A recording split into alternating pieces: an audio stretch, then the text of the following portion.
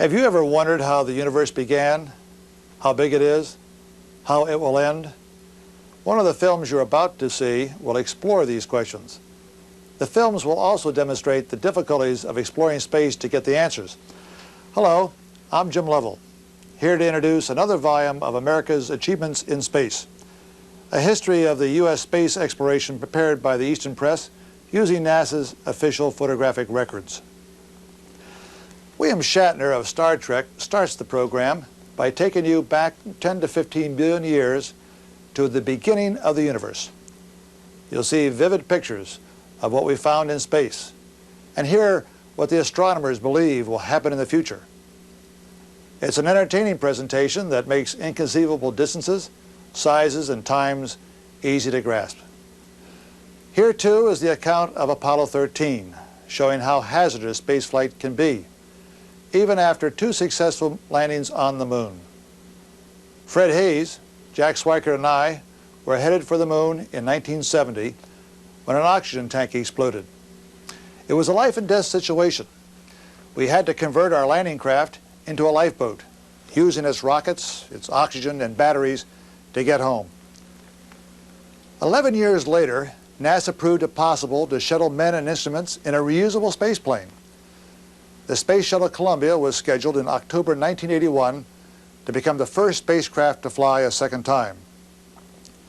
But technical difficulties delayed the launch. When it finally reached orbit, Columbia had to be brought down after 2 days instead of 5. Nothing demonstrates the dangers of manned spaceflight more than the deaths of 7 people in the explosion of the Shuttle Challenger.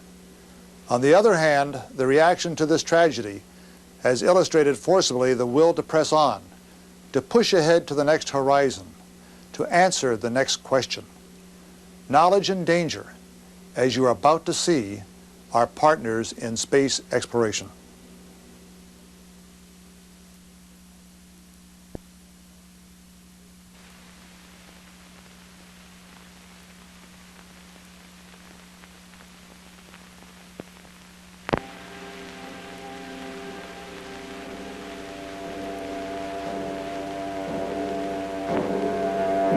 The study of the universe spans almost inconceivable extremes of size and distance and time. From the vast island of stars we call a galaxy to the tiny atom and the particles that comprise it.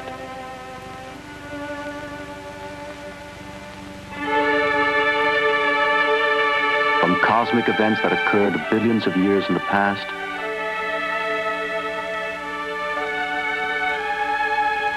to microcosmic events in the present that endure for only billionths of a second.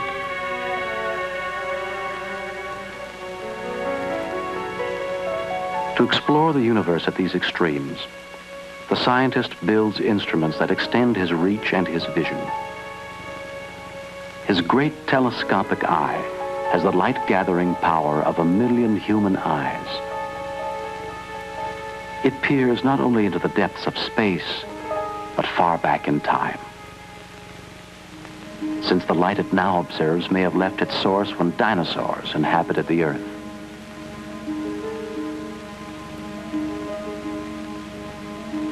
His telescopic ear is tuned to the invisible radio sky.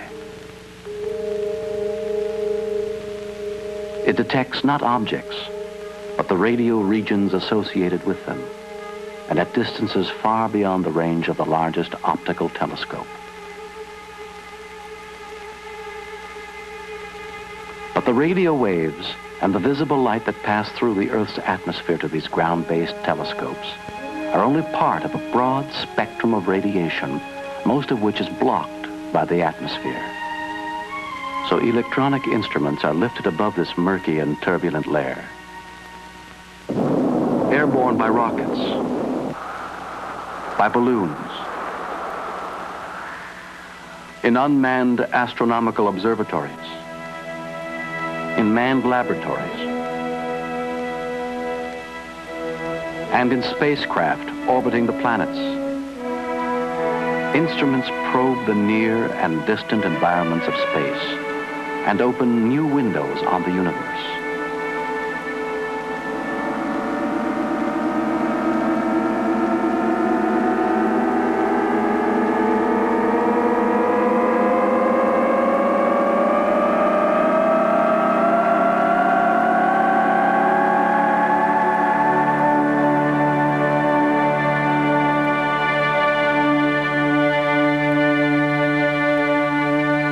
In the beginning, it is believed, all the matter of the universe was contained in a primordial atom, an unimaginable concentration of elementary particles. In one gigantic detonation, the contents of this cosmic fireball were hurled outward in all directions. After 1,000,000 years of expansion, the universe was an intense blaze of light. Then the radiation cooled. And after hundreds of millions of years, great clouds of hydrogen gas began contracting and, in time, evolved into the galaxies we now observe.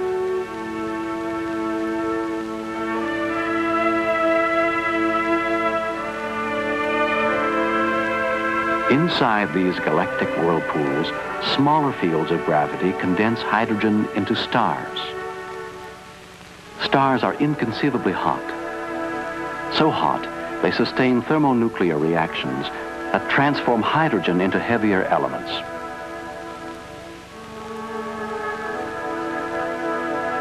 Sometimes their hydrogen fuel burns so fast, they flare out in violent explosions, hurling new elements across space.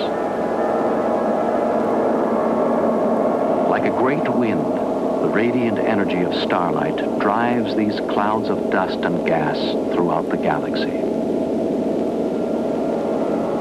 Out of these clouds evolve new generations of stars.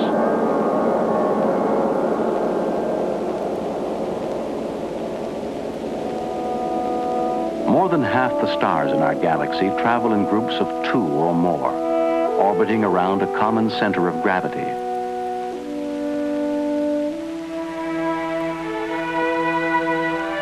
Like galactic comets, immense clusters of stars swing in and out of the galaxy in vast, eccentric paths. Some small stars do not travel in the company of other stars. Our own sun is one of these. To the astronomer, the sun is a vast laboratory for the detailed study of a star's structure and energy. The vertical tower of the solar observatory supports a heliostat mirror which tracks the sun, gathers its rays, and reflects them down a light shaft that extends 300 feet below ground.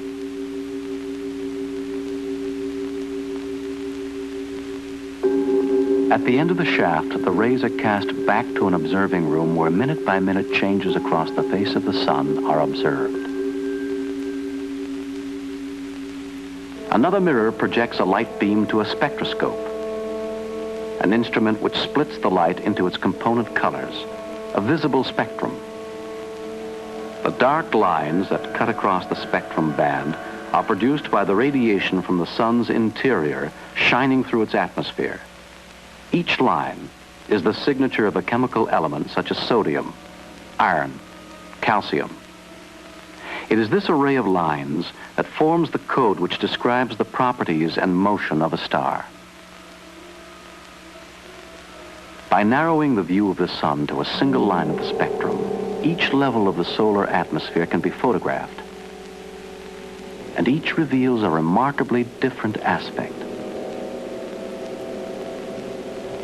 And with the addition of computer mapping and color processing that distinguishes levels of brightness, a detailed and multidimensional picture is obtained of a sun undergoing dramatic and turbulent change. The sun is a sphere of hot, seething gases and surges of radiation. Most of the light we get from the sun comes from the thin, bright layer which defines its visible edge, the photosphere. Above it, the chromosphere, a region of flaming outbursts of gas, extends through a transition zone to the thin outer atmosphere of the corona. Once thought to be a quiet layer of the solar atmosphere, the corona is now revealed to be a region of dramatic large-scale changes and unexpected turbulence, with temperatures reaching millions of degrees.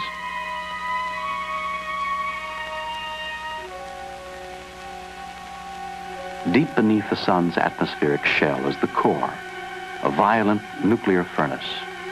Here, hydrogen is fused into helium, and in the process, some of the matter is converted into an enormous amount of energy.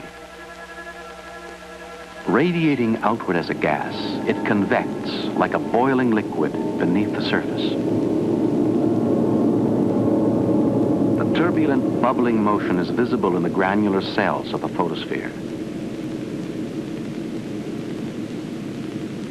Sunspots, regions of intense magnetic fields, appear on the surface,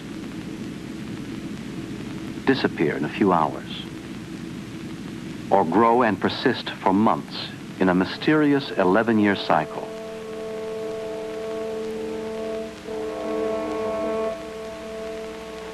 The sun rotates once in 27 days. Because its equatorial regions rotate faster than the polar caps, the shearing action in the gas contorts the magnetic field into tangled structures which give rise to the sun's eruptive action. Shaped by these magnetic fields are the spectacular prominences, titanic streamers of gas reaching heights of more than 500,000 miles above the surface.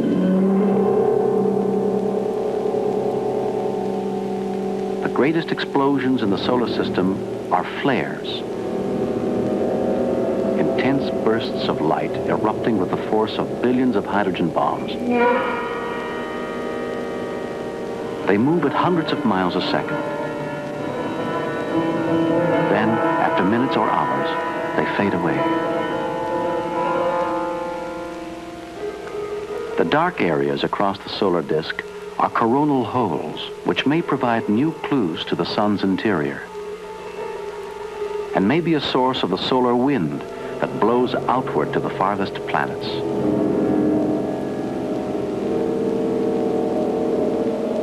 On Earth, effects of these solar events are visible when auroras light up the dark Arctic sky and radio communication is disrupted.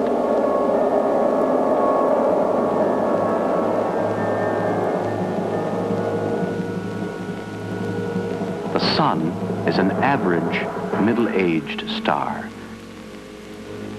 Yet it will generate heat and light for billions of years to come, as it has for 5 billion years past. It dominates the motions of all bodies in the solar system. Nearest the sun and obscured by its intense glare is Mercury, a cratered planet much like our moon. Temperatures rise to 800 degrees, but no clouds or atmosphere protect its ancient surface from the searing heat.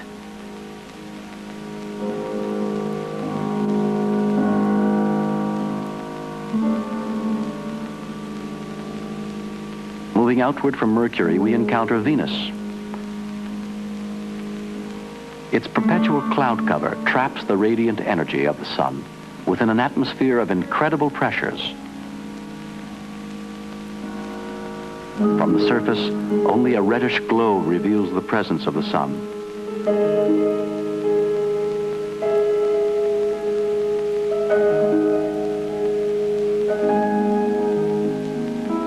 Beyond Venus, 93 million miles from the sun, is Earth. Its great oceans forming the clouds and air currents which warm and irrigate the planet, shape its continents, and nourish life. Its satellite, the moon, airless, waterless, and scarred by meteors that have bombarded it since the time of its formation, now bears the imprints of our astronauts.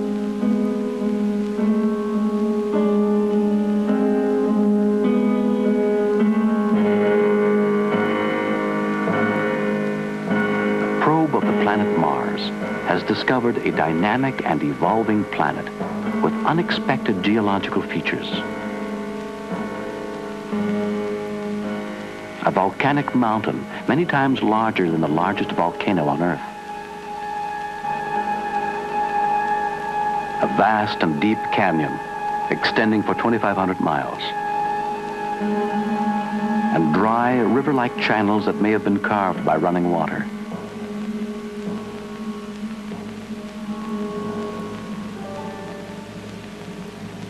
Beyond the orbit of Mars is the belt of asteroids, craggy chunks of rock and metal, some as small as boulders, others hundreds of miles in diameter.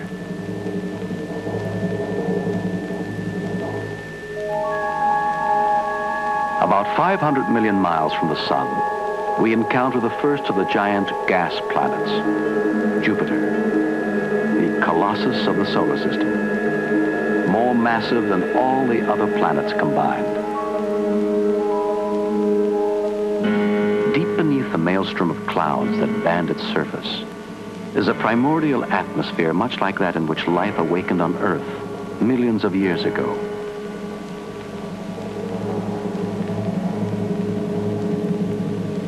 And drifting on its surface is the mysterious red spot, an immense cyclonic storm that has raged for hundreds of years and continues unabated.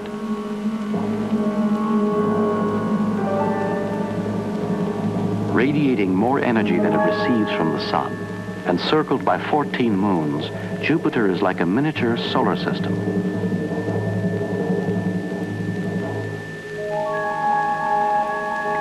The next largest of the gas planets is Saturn, girded by rings which, as we approach them, resolve into countless particles of frozen debris and ice, each a tiny moon orbiting the massive planet.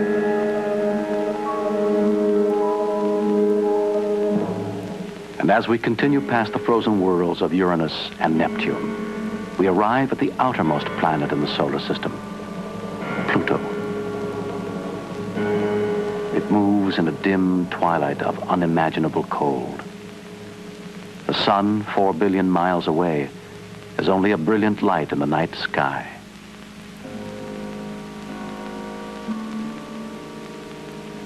To travel beyond the solar system to the nearest star would require a journey of more than 5 trillion miles.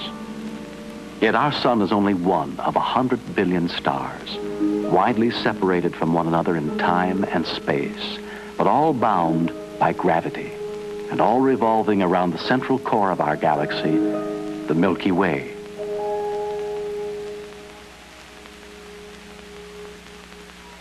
Drifting between the stars are vast clouds of gas and dust, the nebulae, made luminous by the radiation of stars within or near them, or darkly obscuring the light of whatever lies behind them. Here, new stars are being born. About a half-century ago, our galaxy was thought to be alone in the universe. We now know it to be one of a local group of about 20 galaxies.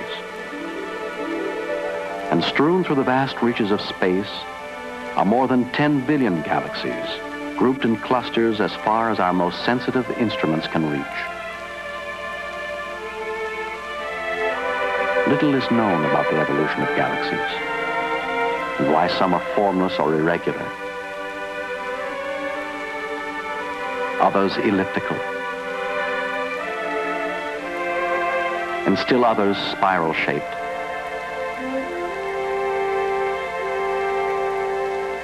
And we know as little about the galactic core and its role in the galaxy's evolution and structure.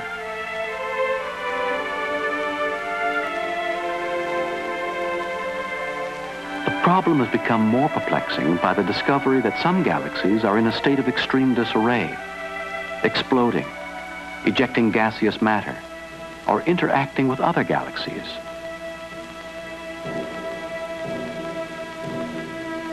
Even more puzzling are quasars, star-like objects, emitting as much energy every second as the sun radiates in some 10 million years.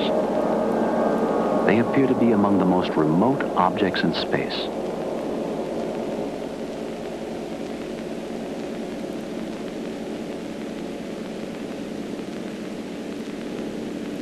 Stars are born, live out their lifespans, and die. The life history of a star is marked by an opposition of two kinds of pressure. One is the pressure created by the energy in the core of the star, pushing the surface outward. The other is the crushing force of gravity pulling the star's surface inward. When these are balanced, a star becomes stable and shines steadily. As hydrogen fuel is depleted, the release of energy is insufficient to withstand the gravitational pressure, and the core collapses. But compression by gravity raises the temperature in the core, and helium ash rekindles the nuclear fires. Vast amounts of energy are released and lift the outer zones against the force of gravity.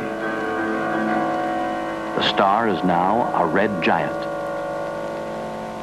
In the final stage of its evolution, it is the mass of a star that determines its fate.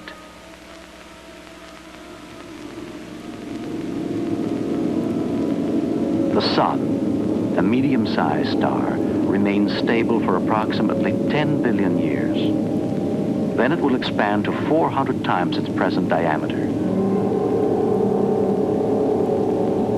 As it expands, it will engulf the inner planets, Mercury, Venus, Earth, and Mars, and create a nebula extending past the outer planets.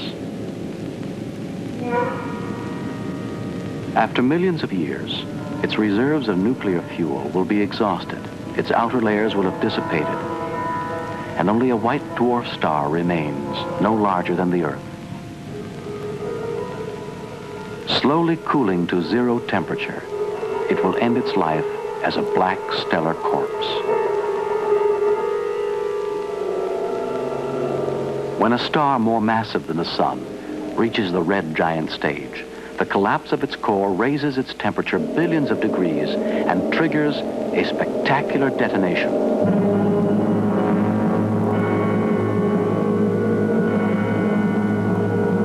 A supernova explosion. At the center of the explosion, a residue of the star is crushed by gravity to a neutron core, only a few miles across, but so dense that 10 billion tons of its matter would fill only a tablespoon. It spins rapidly, generating radio signals in its strong magnetic field. And a radiation beam sweeping past the Earth is observed as a pulse. The star is known as a pulsar. An even stranger end is predicted for very massive stars. According to the laws of gravity as presently understood, nothing can stop its collapse. The star disappears from our universe, leaving a black hole in space. Its presence can be deduced only by its influence on a visible companion star, distorted out of shape by the black hole's gravitational attraction. Gas, pulled off the visible star, circulates about the black hole, and in the dizzying plunge, it emits X-rays which can be detected in space. No light or matter can ever leave the intense gravitational field of this cosmic abyss. The physical laws that govern the conditions within this bizarre object are totally unknown to us.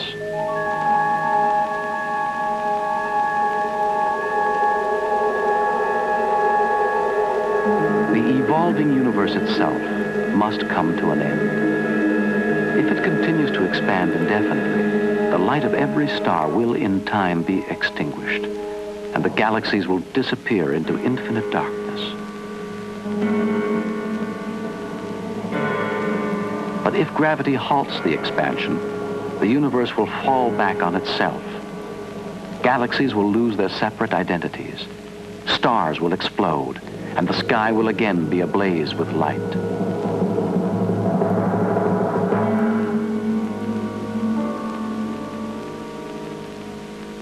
Finally, all matter will be engulfed in a fireball like that from which it emerged.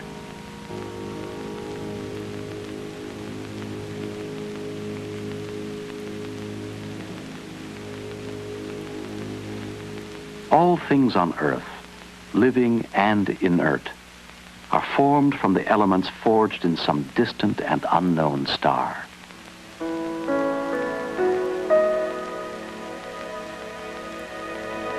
On Earth, atoms join together in definite numbers and patterns. compose the organic molecules which form living cells.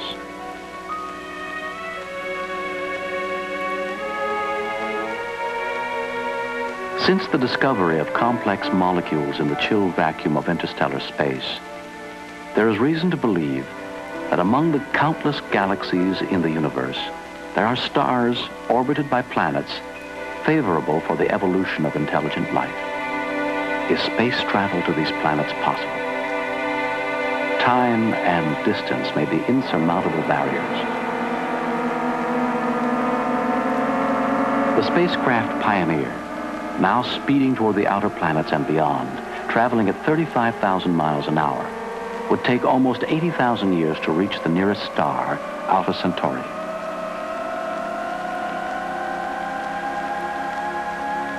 A spacecraft traveling 2,500 times faster than Pioneer, at 10% the speed of light, would require so great an expenditure of energy that until new sources have been tapped, it must remain an invention of science fiction.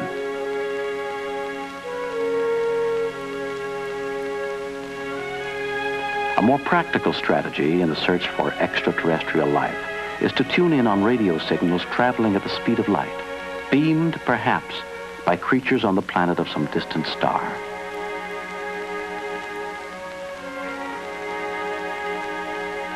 Someday, an array of telescopes, earthbound or lifted to the far side of the moon, may hear faint but unmistakably meaningful sounds amidst the din of cosmic radio chatter. That moment will signal a change in the human condition that we cannot foresee or imagine.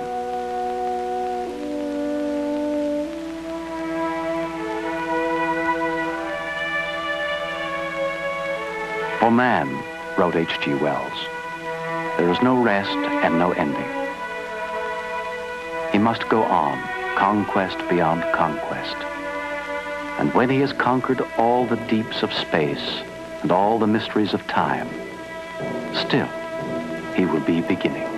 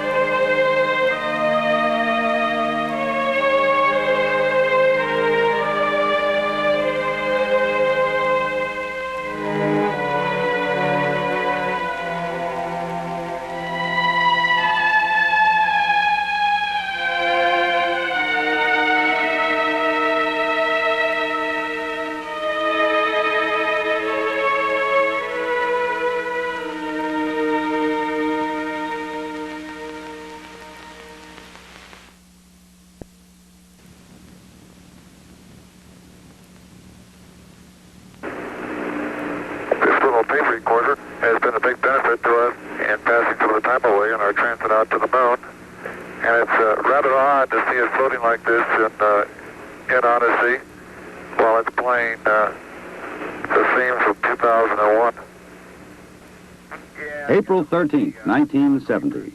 The mood could only be described as relaxed. Apollo 13, man's fifth lunar mission. The third scheduled to land on the moon, continued its tranquil coast. This is the crew of Apollo 13, wishing everybody there a nice evening, and we're just about ready to close out our inspection of Aquarius and get back to a pleasant evening at Odyssey. Good night. 13, we've got one more item for you when you get a chance. We'd like it to stir up your cryo tanks. In addition, I have Shaft and Trunnion Okay. for a look at the Comet Bennett if you need it. Okay. Stand by. Okay, Houston, we've had a problem here. This is Houston. Say again, please. Yes. Houston, we've had a problem. We've had a main B bus undervolt. Roger, main B undervolt. Okay, stand by, 13. We're looking at it. And we had a pretty large bang associated with the caution and warning there. And as I recall, main B was the one that had a amp spike on it once before. In the interim here, we're starting to go ahead and button up the tunnel again. April 11th, 1970, launch day. The crew of Apollo 13. Jim Lovell, commander and veteran of 3 previous missions. He had orbited the moon Christmas 1968 on Apollo 8. Fred Hayes, his first time up, lunar module pilot. Jack Swigert, command module pilot. 3 days ago, he was on the backup crew. Now he replaced Ken Mattingly. Mattingly had been dropped from the mission because he had been exposed to German measles. He would watch the launch from Houston's mission control. Auto sequence initiated, flight. Roger. Flight booster. Go. S4B pre-press complete. Roger. Flight booster. S1C pre-press complete. We're on internal power and we'll go. Roger. How's it look, Econ? You got your space? Looks good, flight. Okay. MCC record us to flight speed. Ignition, flight. Roger. Roger. Clock start, flight. Roger. Let's just go, all engines. Roger. Okay, Fido, how's it look? Looks good here, flight. Good agreement. Okay, booster, how do you look? S1C looks good, flight. Okay, Capcom, we'll go you on the ground. Okay, we'll go at 1, Capcom. Get relieving, flight. Roger.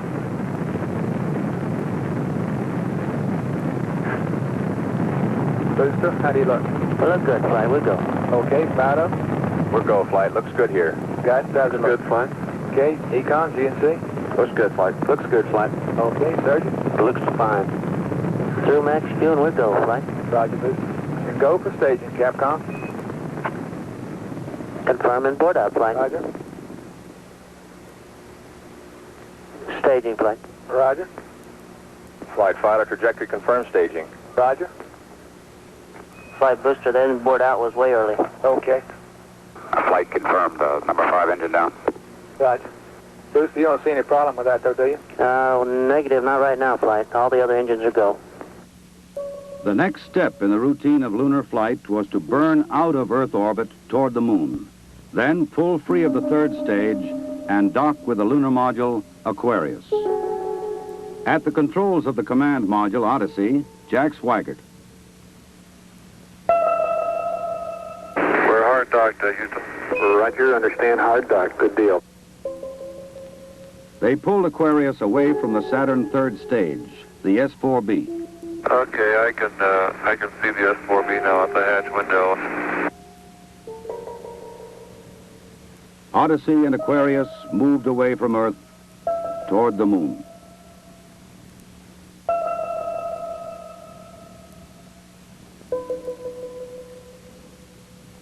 Okay, Houston, we've had a problem here. Flight guidance. Go, guidance. We've had a hardware restart. I don't know what it was. Okay. Houston, we've had a problem.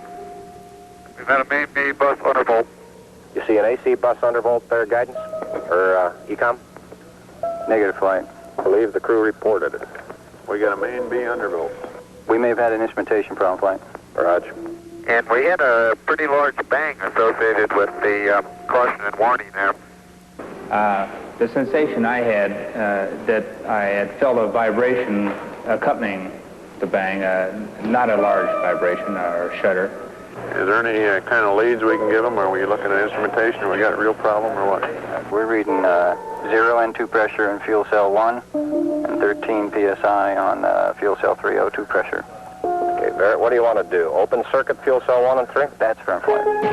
Shut down the reactance valve, and I asked for a reconfirmation, since when you do that, it's sort of irreversible. If you shut one of these things down, they only can be restarted from ground support equipment. Yeah, that's because of AC. And it looks to me, looking out the hatch, that we are venting something. We are venting something out into space. Okay, let's everybody think of the kind of things we'd be venting. GNC, you got anything that looks abnormal in your system? Negative, flight. How about you, ECOM? You see anything that, with the instrumentation you got, that could be venting? That's a firm flight. Let me look at the system flight as far as the venting is concerned. Okay, let's start scanning. Here is a bulletin from ABC News. The Apollo 13 spacecraft has had a serious power supply malfunction that could cause the lunar landing mission to be terminated early. I assume you've called in your backup ECOMs? Flight, say again? Have you called in your backup ECOMs now? See if we can get some more brain power in this We thing? got one here. Roger. At the moment, the astronauts are continuing to try to isolate their trouble. A late report says the spacecraft now is operating on battery power alone. All unnecessary equipment is being turned off. Okay, now let's everybody keep cool. We got the LEM still attached. The LEM spacecraft's good, so if we need to get back home, we got a LEM to do a good portion of it with. Okay, let's make sure that we don't do anything that's going to blow our CSM electrical power with the batteries or that will cause us to lose the main or the fuel cell number 2. Okay, we want to keep the O2 and that kind of stuff working. We'd like to have RCS, but we got the command module system, so we're in good shape if we need to get home. Let's solve the problem, but let's not make it any worse by guessing. My concern was increasing all the time. It went from, I wonder what this is going to do to the landing, to I wonder if we can get back home again. Okay, Ecom, I'm coming back to you. Flight, Go ahead. I think the best thing we can do right now is start a power down. Right about then, it was quite apparent to me that it was just a question of time that the command module was going to be dead. You don't want to get fuel cell pumps off, do you? We can do that on fuel cell number 1 flight. Okay, well, let's make sure we don't blow the whole mission. Well, the thing that concerns me is throwing equipment. We had a problem. We don't know the cause of the problem. Flight, I've got a feeling we've lost 2 fuel cells. I hate to put it that way, but I don't know why we've lost them. It doesn't all tag up. Network from Flight. Flight network. Bring me up another computer in the RTCC, will you? We got one machine on the RTCC and we got dual CPs downstairs. Okay, I want another machine up in the RTCC and I want a bunch of guys capable of running D-logs down there. Roger that. What all this means is only speculation at this point. First, though there has been some tumbling or rotation of the spacecraft, the astronauts do not appear to be in any immediate danger. I'll tell you what, GNC, can you get somebody in the back room to try to figure out what the equivalent delta V is we're getting so that we can see if we can backtrack to see if we can figure out what's venting. Raj, we'll give it a try, Flight. Okay? When I looked up and saw both oxygen pressures, one absolutely zero and the other one going down, it dawned on me, and I'm sure Jack and Fred about the same time, that we were indeed in serious trouble. The only way to survive the situation was to transfer to the LEM. Flight Econ. Go ahead, Econ. The pressure in O2 tank 1 is all the way down to 297. We better think about getting in the LEM or using the LEM systems. I'd say this is as serious a situation as we have ever had in manned spaceflight. We've always called the LEM a good lifeboat under those circumstances. If at any time in the mission, however, the LEM had separated and we had gotten ourselves into a rendezvous situation or the command module being around the moon, then what you state is absolutely true. It would be a fatal situation. Tell them you from Flight. Go ahead, Flight. I want you to get some guys figuring out minimum power in the LEM to sustain life. The accident had occurred 200,000 miles from Earth. Lovell, Swigert, and Hayes rode in the lunar module attached to a lifeless command module. Apollo 13 had started as a mission of scientific exploration.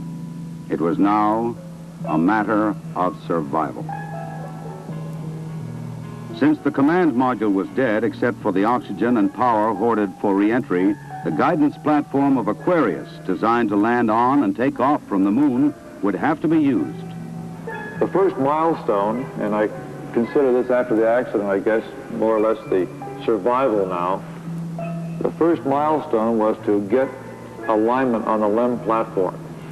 Alignments are important, you know, because without knowing exactly which way the attitude of a spacecraft is in space, there's no way to tell how to burn or how to use the engines of that spacecraft to get the proper trajectory to come home. The position we are now on the Earth-Moon plane, we have to go around the the moon to get back if we're going to use the dipped engine.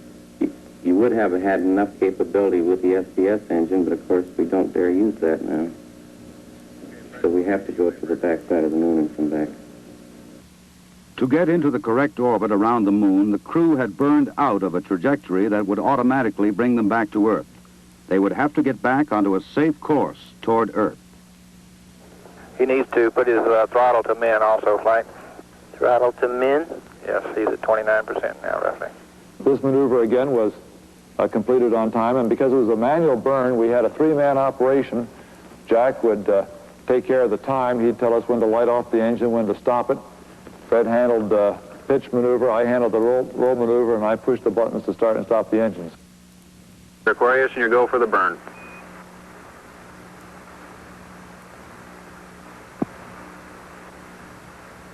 %. Okay, Aquarius, you're looking good. Auto shutdown. The first problem was solved. They were back on the path to Earth. But there were many other problems to be solved. From a building at Houston's Manned Spacecraft Center, systems experts coordinated the coast-to-coast effort to get the crew back. One of the big problems was consumables. There would be enough to eat and drink. But in space, there are other factors. Oxygen to breathe, electrical power to keep the spacecraft alive, water to cool the equipment and keep it operating. What we'll be doing till we get them back on the water is concentrating on everything that is their lives are dependent upon at the moment, rather than worrying about the accident, because there's nothing we can do about that now. It appears at the present time that everything is under control and that we have a safe situation at the moment. Hey, I want to say you guys are doing real good work. So are you guys, Jack.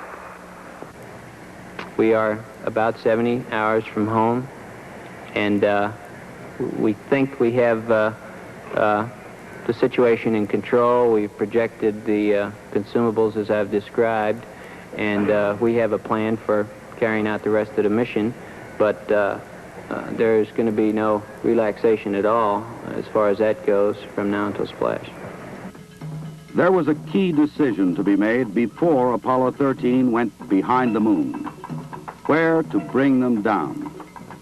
Their present course would take them to the Indian Ocean, where recovery would be difficult. A burn to bring them home quicker would take them to the Pacific Ocean near the recovery forces.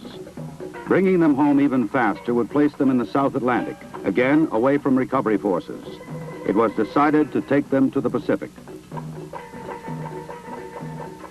We've run these simulators both here and at the Cape and at the contractors that continuously ever since last night. We've tried to simulate virtually everything that we've had the crew to do that is non-normal that they've done, and we've proven most everything that we've been able to run on the simulator prior to passing it up to them. There may be some details we haven't done, but at least we've checked the feasibility of everything we've done, and we'll continue to do that. They passed 137 miles from the moon. For Lovell, it was the second time that he had seen the moon so near. But there was no time for contemplation. There was another critical burn coming. Okay, look, let's get the cameras put away. Let's get off in the burn. We have one chance, Al. And in Houston, the newsmen poured in to tell an anxious world the story. Well, that was going along with the ignition. Shortly after Apollo 13 had separated from the Saturn third stage, the stage had been sent on to a trajectory toward the moon. Its impact would be recorded by the seismometer left by Apollo 12. By the way, Aquarius, we see the results now from 12's seismometer. Looks like your booster just hit the moon and it's rocking it a little bit. Over. Well, at least something worked on this flight. I'm sure glad we didn't have a limb impact, too. Jim, you go for the burn. Go for the burn. Roger, understand. Go for the burn. Guidance okay? We're good, Flight. Control okay? We're okay, Flight. Tell me we're go, Flight. Inco okay? We're good, Flight. Ground confirms ignition. We're burning 40%. West Houston, you're looking good. Roger. Shut down. Roger, shut down. I say that was a good burn. Roger, now we want to power down as soon as possible. Understand. To conserve the electric power and cooling water, the crew shut down all but the vital, life-sustaining systems of the LEM. I think the LEM spacecraft's in excellent shape, and I think it's fully capable of getting the crew back. I think, as we have found before, every time we've put the LEM spacecraft to a test, it's always done much more than it was guaranteed to do, and I think this is a good case in point. Conserve the consumables, cooling water, electric power. The LEM water gun was leaking, and we shut that off. I guess it leaked about a quart of water, I would estimate. But it took me about 2 days to get my feet dry, and of course, I think you were all aware that the temperatures were going down in both vehicles, and it's made for very chilly feet for a couple days.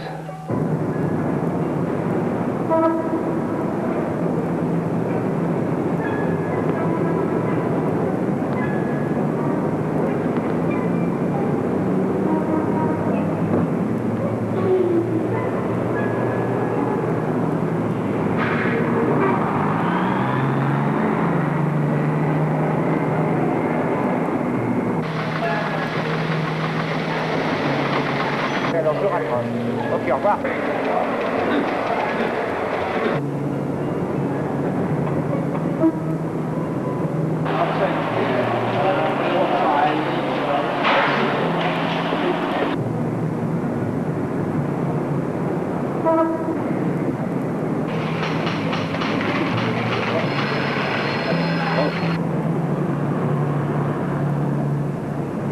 Lord, your astronauts will come back safe.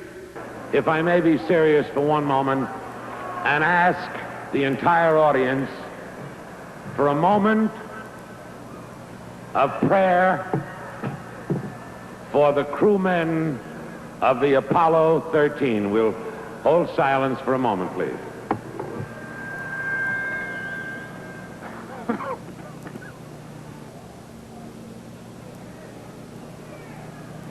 RCS-A stands at 62% and B at 62%. I see we've gone a hell of a long time without any sleep. We're going to have to start thinking about getting people back to sleep again because I didn't get any sleep last night at all. Command module just slowly kept going down in temperature until I think just prior to reentry, it was down to about 38 degrees. And along with that, there was a sort of a chilling coldness. The walls were perspiring, the windows were completely wet, and it wasn't too healthy. I recall that we went in there to get some hot dogs one day, and it was like reaching into the freezer for the food.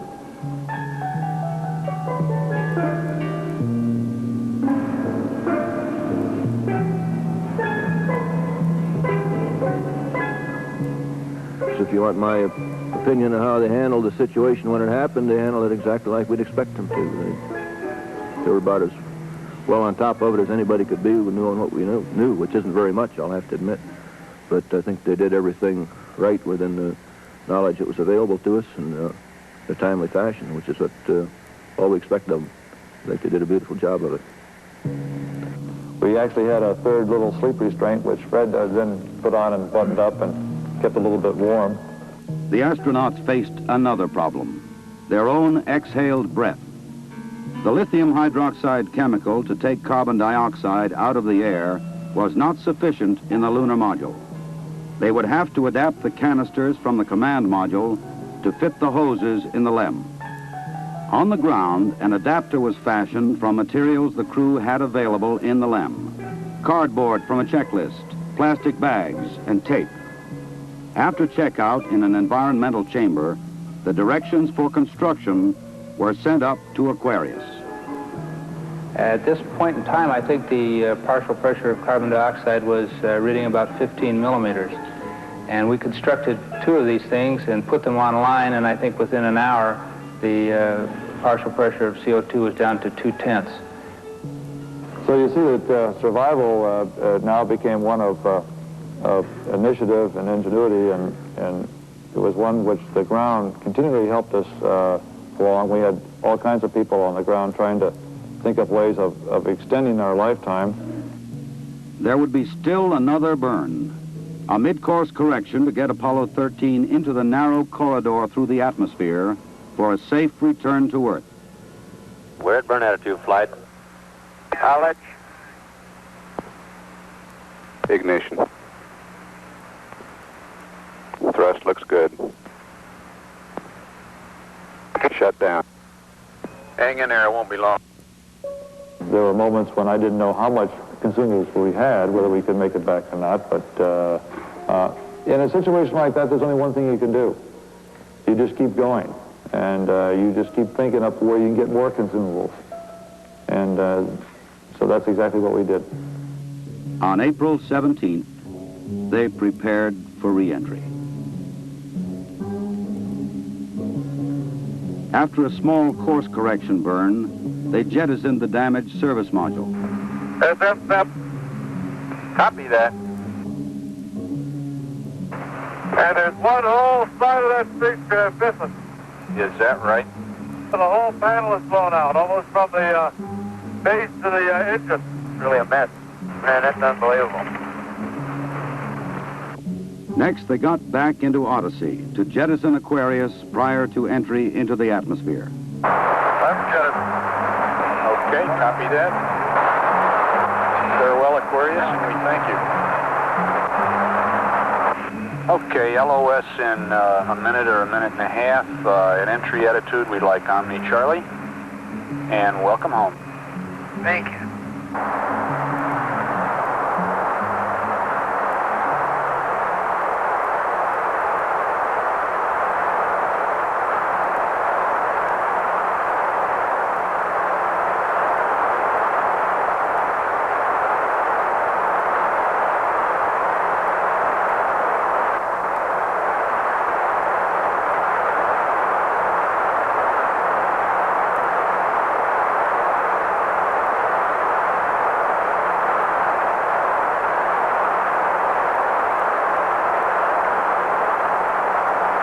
Odyssey Houston standing by, over.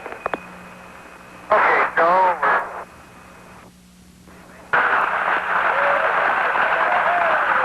Odyssey Houston, we show you on the mains. It really looks great. Apollo 13, this is recovery, over. They're going through 5,000. Under Apollo 13, this is recovery, and your chutes look good. Apollo 13, this is recovery. We observed your RCS burn, over. The recovery, Apollo 13 is descending. Apollo 6, this is recovery, over. Photo 1 spliced in at this time. The 3 chutes are displaced in the water. Our 0 degrees, magnetic 3.5 miles. Zero, came up. Zero, roger. This photo 1, the command module is stable 1 at this time. So riding comfortably. The vertical axis are approximately 15 degrees. Swim 1, you're cleared into position for 3, the other 2 units. Swim 1, roger. Okay, left 2, you win last 270.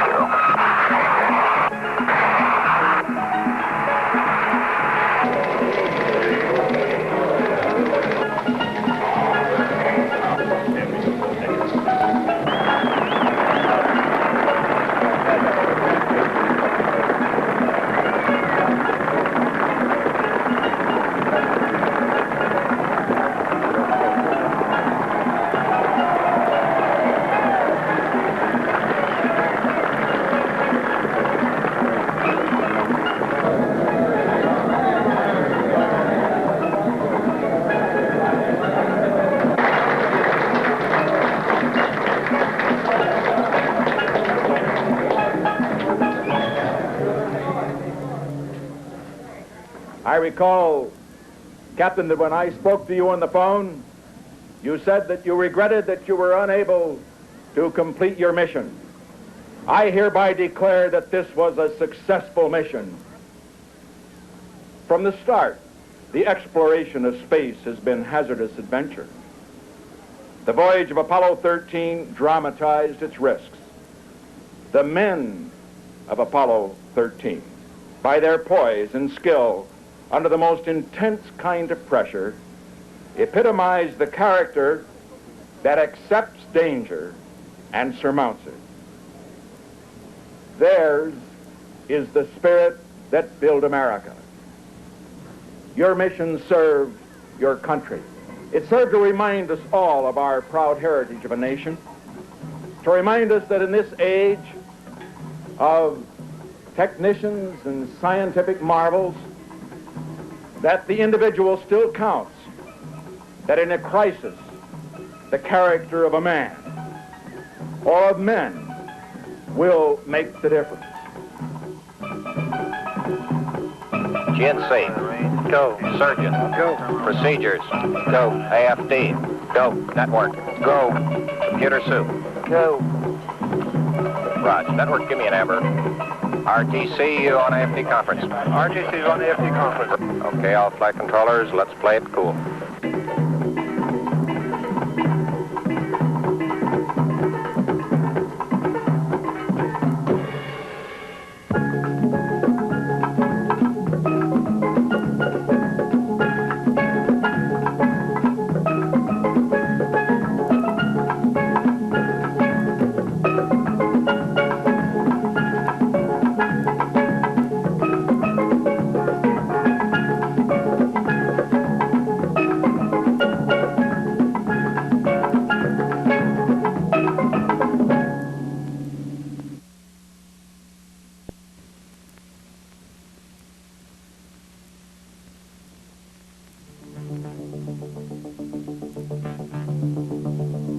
April 1981. Columbia, the first space shuttle orbiter glides to a pinpoint landing at Edwards Air Force Base, California, ending its spectacular maiden flight. But unlike spacecraft that had gone before, Columbia would not be retired from service to become a museum piece. Its future as a space transport vehicle had only begun. After its successful first flight, Columbia was ferried back to Kennedy Space Center.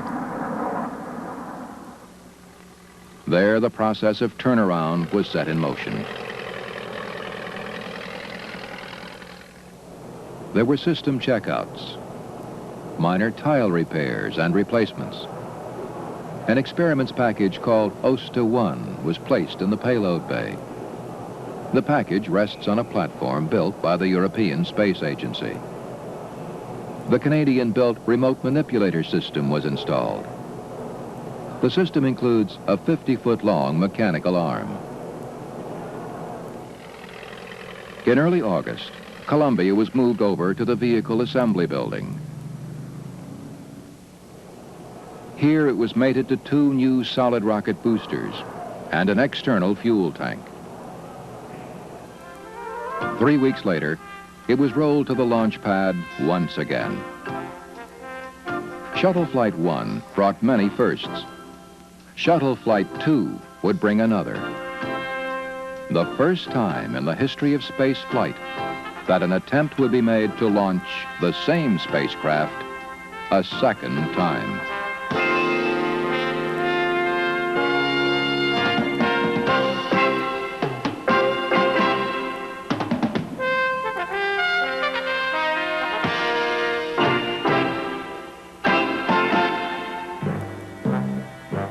During the next 3 weeks, launch preparation crews worked in 3 shifts trying to meet the early October launch date. All had gone smoothly up to the point of loading the hypergolic fuels. That process had barely begun when nitrogen tetroxide was discovered spilling onto the orbiter. Approximately 15 to 20 gallons of the oxidizer had spilled down the side of the vehicle and into the propellant tank compartment of the nose section. It had also seeped between the orbiter's thermal protection system tiles and dissolved the bond holding the tiles on the spacecraft. Eventually, over 350 had to be removed. Cause of the spill was failure of a quick disconnect valve to close. The valve could not close because of concentrations of iron nitrate in the head and hardening of lubrication in that area. With Columbia still on the launch pad, workers were able to gain access inside the nose compartment and replace soaked thermal blankets.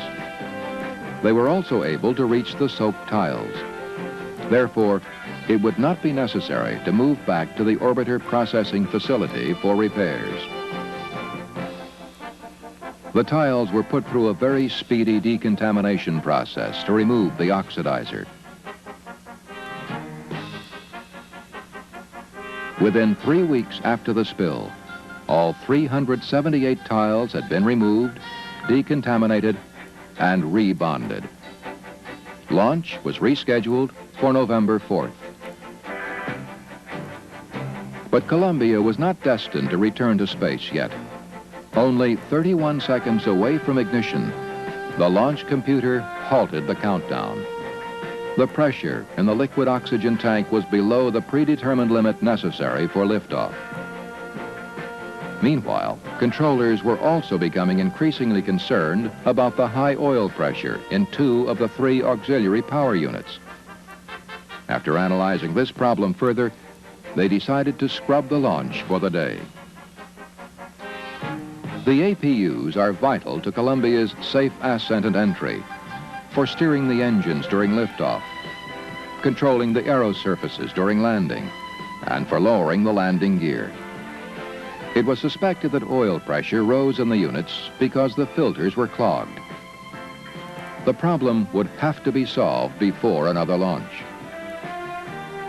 Analysis revealed that a wax-like substance had formed in the oil to clog the filters. The substance was created by a chemical reaction between the oil and hydrazine fuel. The hydrazine seeped into the gearbox over the 7-month period since the APUs were last used and contaminated the oil. Although many thought technicians simply forgot to change the oil, normal maintenance procedures did not require it. Indeed, a key factor in Shuttle's reusability is quick turnaround with minimum maintenance. The APUs were flushed with new lube oil. New filters were installed and fresh oil was added. Working on a very tight schedule, ground crews completed the work within a week. The shuttle was again ready to be launched. Astronauts Joe Engle and Richard Truly, commander and pilot for the second shuttle flight.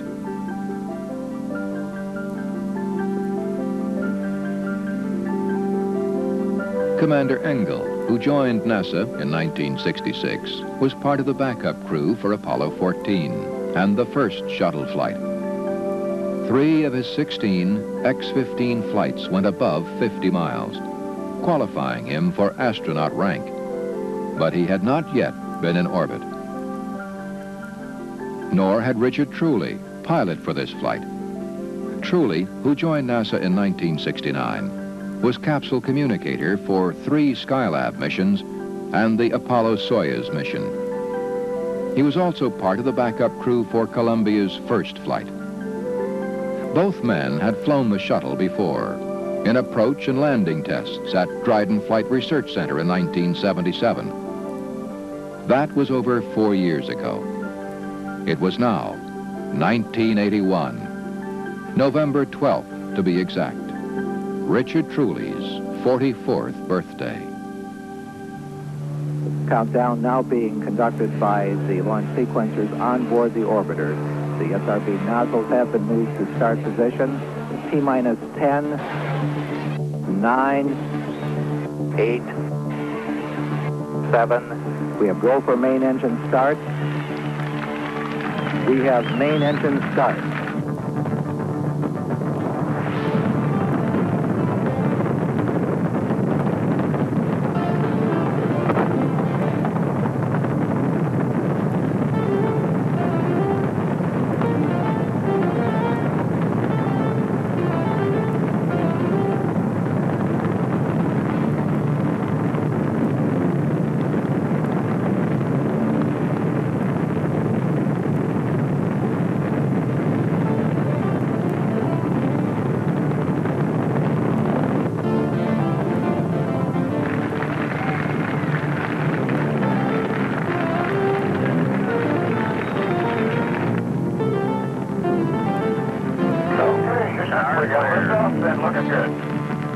Roger, Columbia on a roll.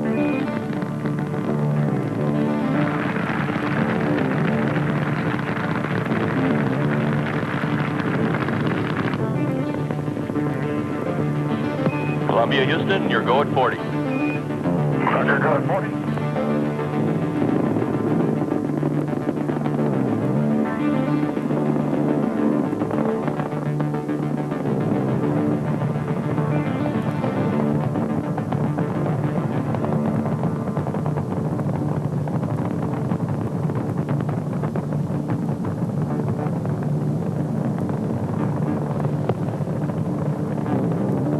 Okay, looks like we got a good SRB SIP. Roger, copy SIP. Looks good to us. Smooth as glass, Houston. SRB SEP light. Roger on the SIP. 103 converged. Roger, got a 103.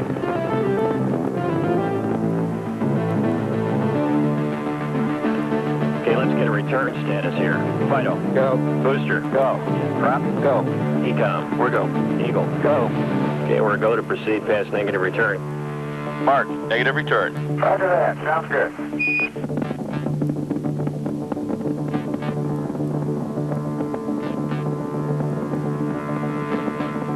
Status Fido. Go. Guidance. Go. Miko holding 3-4. Yes, sir. Booster. Go. Go at 8, Capcom. Columbia, Houston, you're go at 8. Roger, go at 8. And it's solid as a rock, then.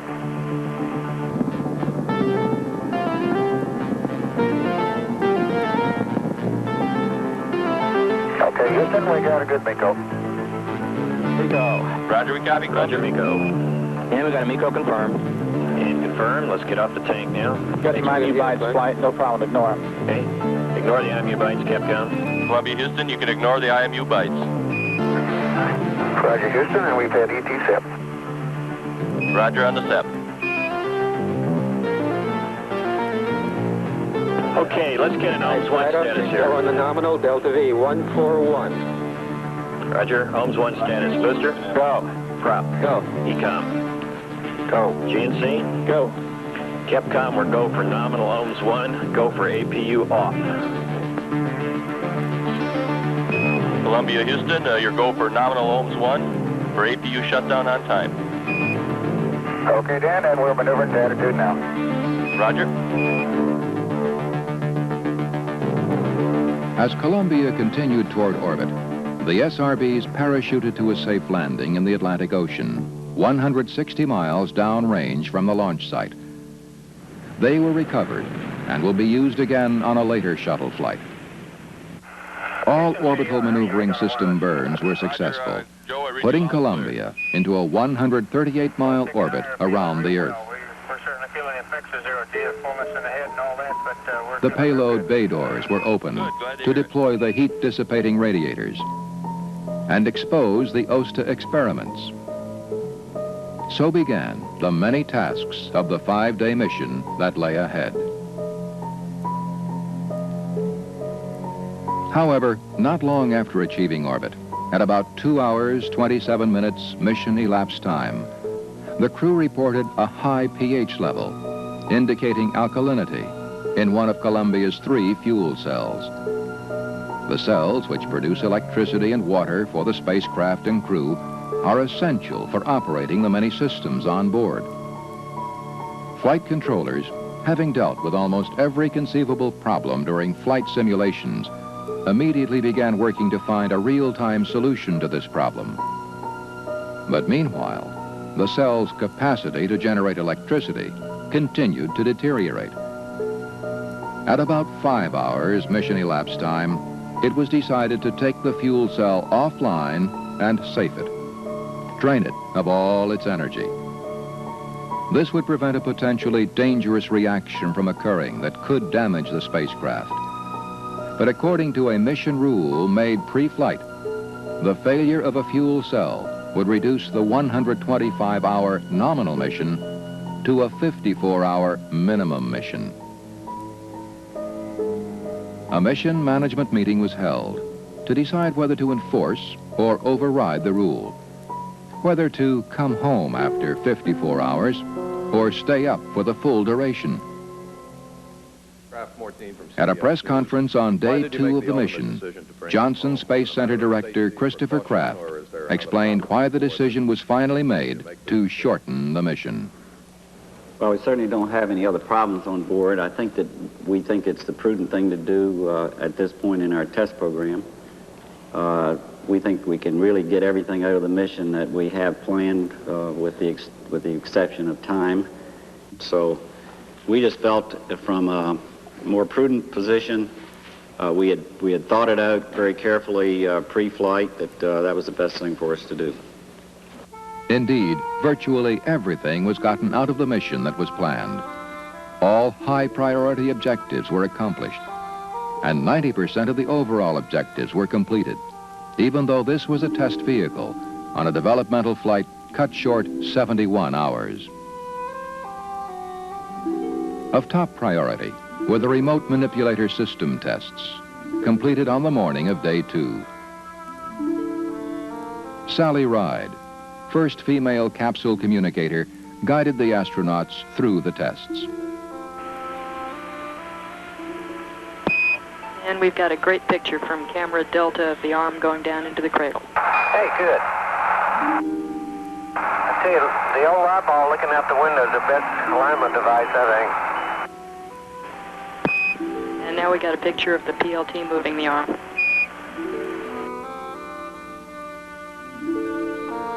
The RMS, which is a major subsystem of the orbiter, is designed to deploy and retrieve satellites and other payloads in operational flights. Although the arm did not actually grapple a payload, the end effector was able to come within 6 inches of the target and maintain that position. 2 very important objectives of the test. You can do that if you get it locked up. Okay, we'll do that. And we've got a picture of the flag back, and we'll coordinate with ENCO. Super. Incidentally, Houston, one of the things that has surprised me, at least, I didn't think it'd be this way, but we have not felt the RMS move the orbiter at all. Okay, we copy that. Columbia, Houston, we've got the elbow camera. Okay. Hi, Mom.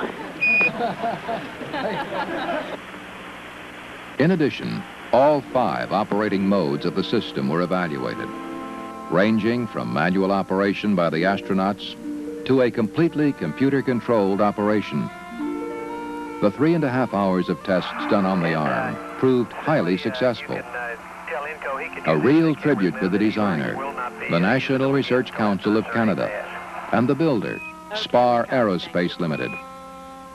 Canada absorbed all expenses related to research and development of this first system.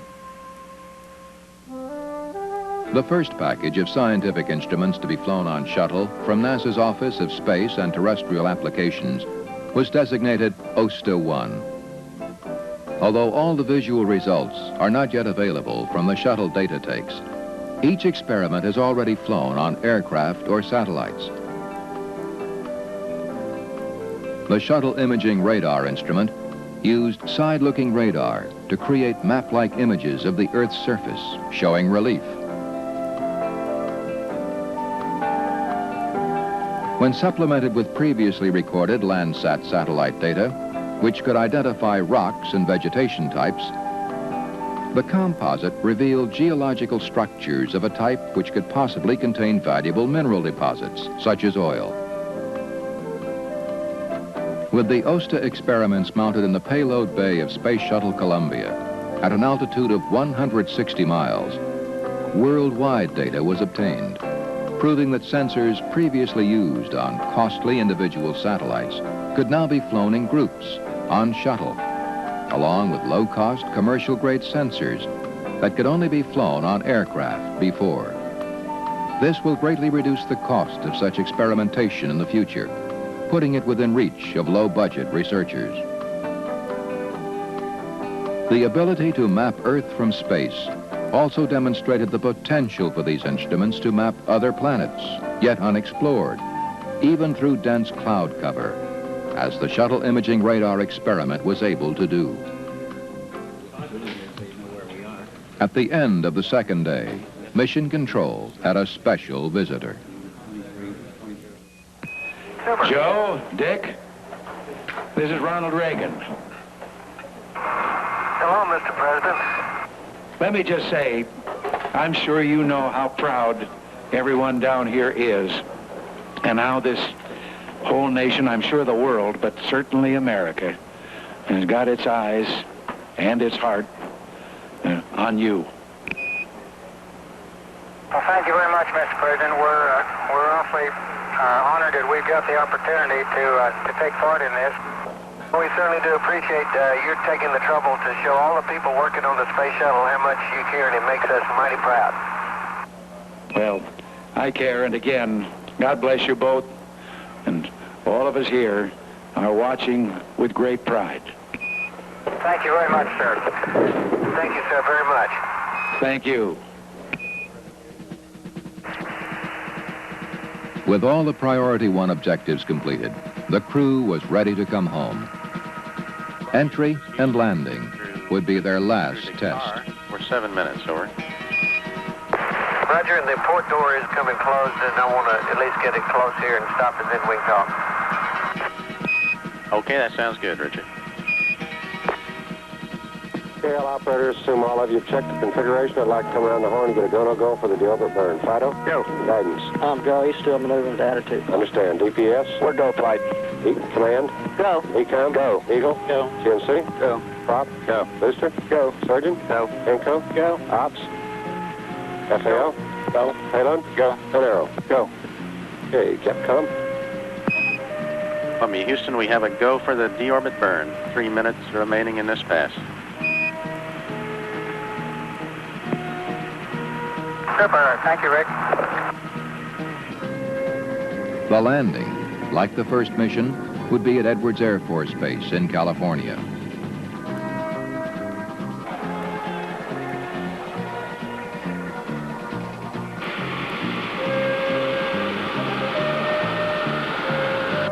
Entry on this mission would test the vehicle's response to maneuvers not performed before.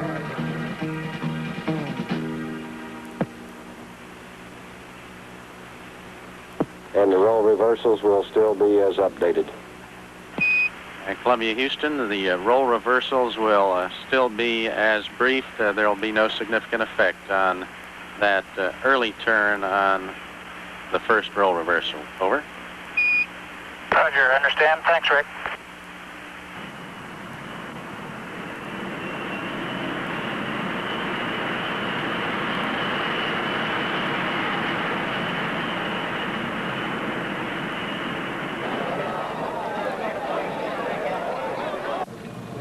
The first maneuver, done at the beginning of the communications blackout, was executed at Mach 24, the fastest speed at which manual control had ever been exercised in winged aerodynamic flight. Close to 30 maneuvers took place as the shuttle sliced through the atmosphere at speeds from Mach 26 down to Mach 11. At about Mach 10.5, Columbia was expected to regain communications with Mission Control.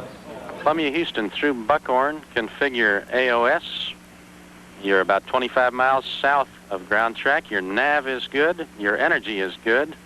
We'd like you to check your TACAN, MLS, and radar altimeters on. Over. Okay, Rick, good to hear you. And we're showing 10.5 Mach and 165,000 feet now. Roger, everything's looking good. Your energy is very good. The nav is good.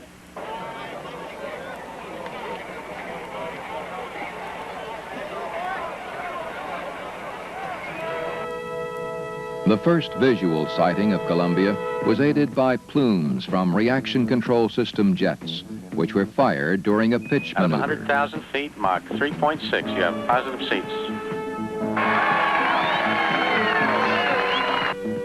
And we have a wind update for you and a weather update. You've got a very thin layer at 25,000. The winds airborne are as briefed, and on the ground 220, 18 knots, gusting to 24. Good. Sounds like a good old Eddie day.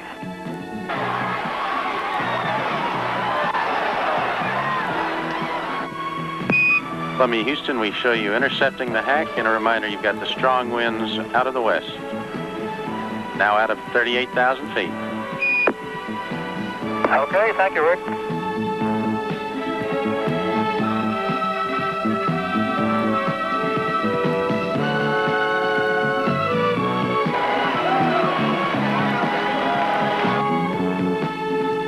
And Rick, the maneuvers have been going very good. The bird is real solid.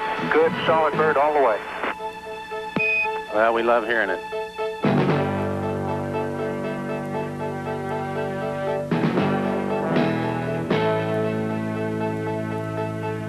Speed brake's coming close. Roger, slightly below glide slope. You have a go for Autoland. Okay, Rick, thank you, sir. Okay, Rick, we're in auto.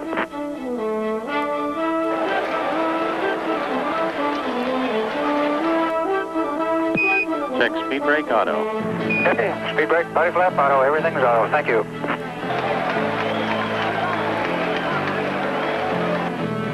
Okay, 2,500 feet, speed brakes are closed. We're at 270 knots. Chase concurs. Columbia is clear land, link vid 23, wind 210 8. Okay. Here's coming. 3 down.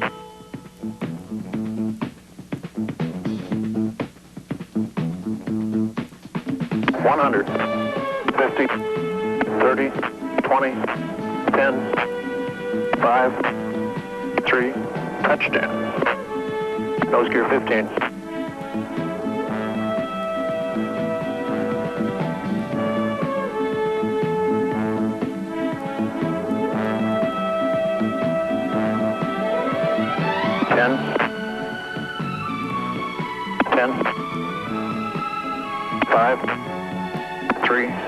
Touchdown. Welcome home.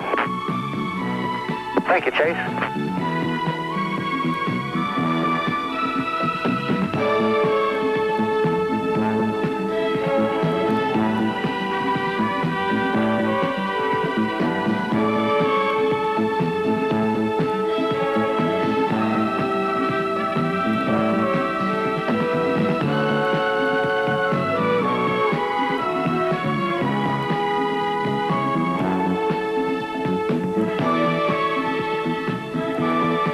Okay, Houston, Columbia has rolled to a stop, and we're getting into the post landing.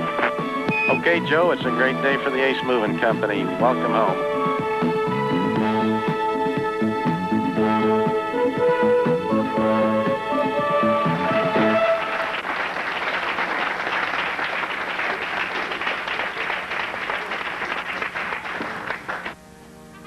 Although this second shuttle flight only lasted 2.5 of the 5.5 days planned, it did answer some formidable questions. The orbiter is truly a reusable spacecraft that can be launched again and again. Instruments in the payload bay can map Earth's resources on a global scale. And the remote manipulator system has met this flight's test objectives. The completion of this flight marks the halfway point in the shuttle flight test program. Columbia's third flight, a mission of up to 7 days duration, is scheduled for the spring of 1982. The problems encountered so far are not unexpected during developmental flight testing. Indeed, it is only through such testing that confidence in the vehicle, its systems, and its flying characteristics can be built. The Columbia is a totally new concept in manned spaceflight. It needs very conservative, very comprehensive testing before it can become operational, making access to space something it's never been before. Routine.